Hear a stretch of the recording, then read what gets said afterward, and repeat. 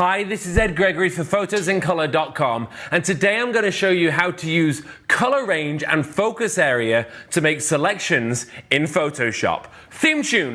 Do-do-do-do-do-do. Whoa! Whoa. It's like skydiving! Whoa. That was me skydiving from a not very high place.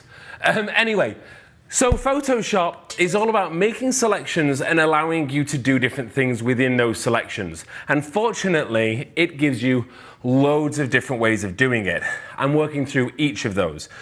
Today, we're going to be looking at the color range and focus area tools that will allow you to focus on different things and make selections in Photoshop. Now remember, there's no correct right or wrong way of making selections in Photoshop. There's so many different tools in here because every single image works differently and there's different uses and different ways of making selections. So whichever one works for your image is the best one. If one doesn't work, then try a different method. So let's jump in today and let's look at these that we're working with. So, first of all, let's use color range. So let's say we want to select the yellow car. Okay, really simple, really nice and bright colors. So we can see color range would probably work with this. So first of all, let's just duplicate this layer. So Command J duplicates it.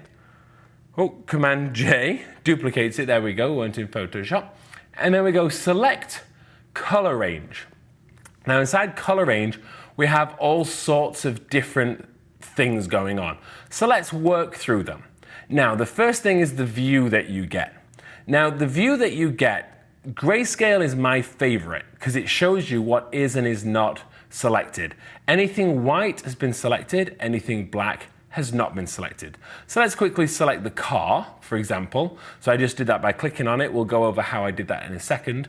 But let's just work through these. You've got grayscale, black matte. Now, essentially, everything black is not selected, and anything which is matte or the color that you've selected, you can see through it, so you can see all the yellow car. White matte works the same thing, but it's against white, so that would work for darker colors. Yellow's too bright really to use this. And quick mask essentially just uses the red tone or whichever tone you have for quick mask. So my favorite is grayscale because it's really simple to see exactly what you're doing. So now what we have is a few different options. Now up here you can quickly go for things like reds. It will select anything in the red area, or the yellows, so you can see it's got my yellows there. Now I don't actually find these that helpful because the range is so specific. You can see yellows, it's got loads of other things in there. Unless you were working with, so this is to change colors, but if you wanted to work with an image and just work within the yellows in an image, or the greens or the cyans in the entire feeling or tone of an image, then this is massively powerful for your selections using these areas. But for what we're doing today, it doesn't really work. Now, the next thing that we have is massively powerful as well, highlights, midtones, and shadows. So if you want to just edit highlights in an image, you literally select that and it's going to output your highlights. And then you can do the same for the midtones and the same things for your shadows. So it means that you can do all sorts of different things within the color range without you even selecting anything. The final thing is skin tones. And actually, if you've got a person inside your document, it does a very, very good job of making this selection. And then you can have detect faces on or off. Now, if you have it on, essentially what that does is it will only select the actual people as opposed to the tone. So for example, here we've got skin tones down here. If we had a person in the middle of this, it would essentially select their face and it wouldn't select these areas. Deselect that and it will select everything in the whole image.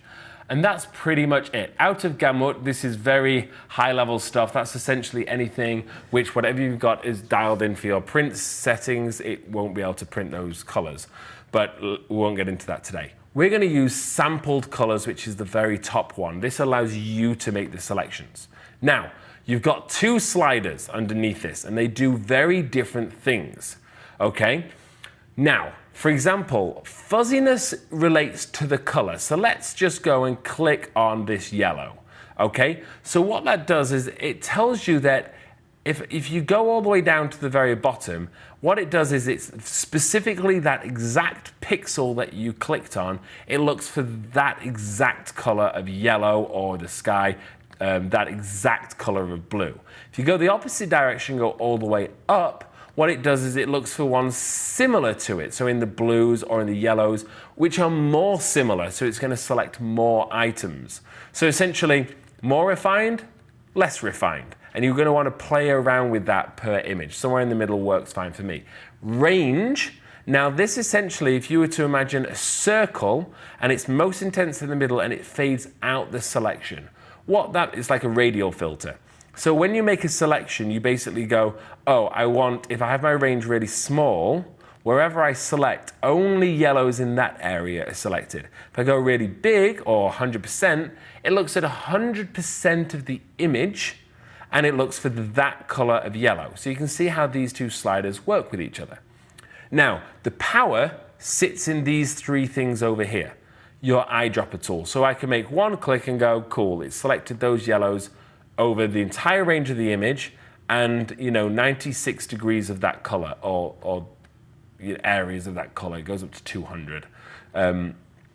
So that's pretty good. It's made a good selection of the car, but not a perfect selection of the car at all. It's got missing all the shadows and everything. So instead what we can do is we can hit plus, and then we can go around and click and it will keep on adding those elements. Now this is now really powerful, but because we've got the range all the way up, it's now picking up the other car. So instead we can bring the range back. We'll bring it back to just make one selection, and then we're going to bring the range all the way down and then hit plus. And now what I can do is I can work around this as I click. You see it's just going to use a smaller area around the outside. Now as I get close to the other side, I can bring that range back even more, okay, as I click. And you can see, maybe somewhere in the middle of that, it's doing a lot better job. There we go, I've got some of the floor in there. I'm not that worried. I can always hit Command Z to go back a section. Okay, that's pretty good to me. Now I know I've also got some yellows back here, but you can see it's brought in all of these trees. Now, I can hit minus, and then I can click on the trees and these elements, and it's going to then get rid of those tones in the area. So I think that's a pretty good job. I've made quite an amazing selection pretty quickly of this car. Now you can see you can actually do that in about 5 clicks. Now you have a choice for what you do. So then you hit OK, and it's going to bring it into this. Now all I have to do is that I hit layer mask down here, click on that, hide the background layer. You can see it's just saved the car as its own layer. Now this is now hugely powerful because watch this. I can now take this, I can go to color balance, and the most important thing I need to do is click this button here, which clips this onto just that layer which I've got that selection made in. And now watch, I can go through and I can actually change the color of the car.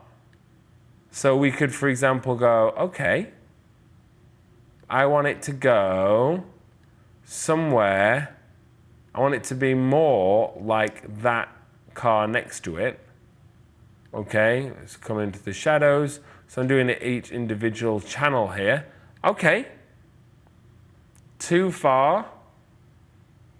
Got some yellow still in there in the highlights. But now we've made a nice change and we've completely changed the color of the car just by using color selection. And you can see really how powerful this is. Massively powerful and really quick to use. So that there is how to use the color selection tool.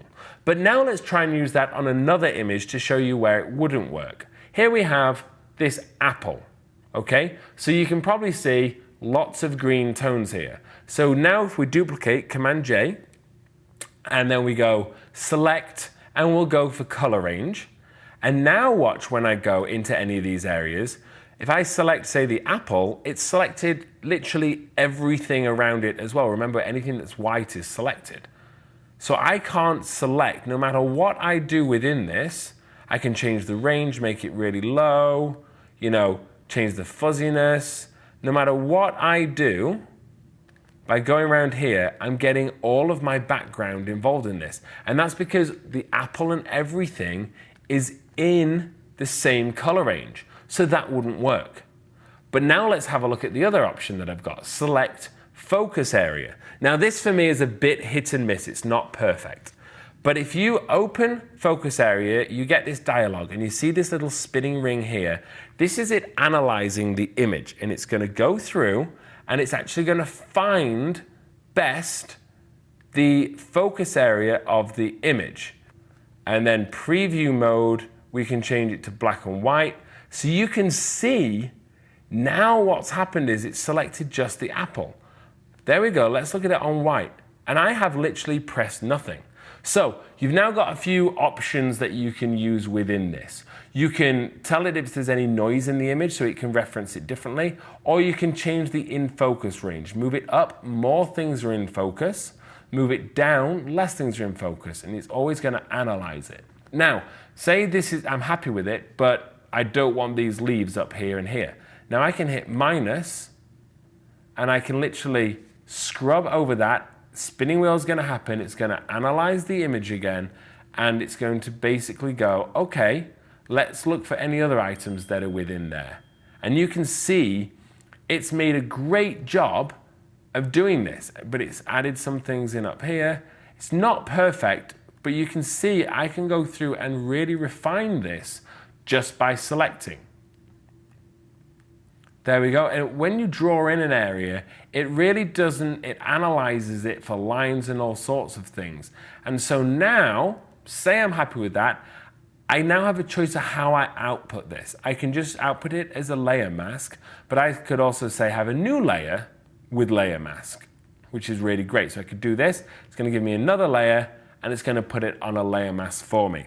And I can come all the way in, and I can see that it has done a phenomenal job of cutting out this. And we know that because if we create a new layer, Command-Shift-N, and let's fill this with orange, that's what I had selected. So as you can see, this has done an almost perfect job of selecting this apple, which was on a completely green background, using the focus range tool inside Photoshop. Absolutely amazing considering it was on a green background. So you can see there that using different selection tools do completely different things. Remember, not all selection tools work on all things inside Photoshop, so figure out which one works best for your particular image. Now, if you want to get these project files, then you can download them all from photosincolor.com. Just head over there, the link is in the description. If you like this video, please give me a thumbs up and definitely subscribe as I have loads more videos coming out in the future. This was Ed Gregory for photosincolor.com theme tune.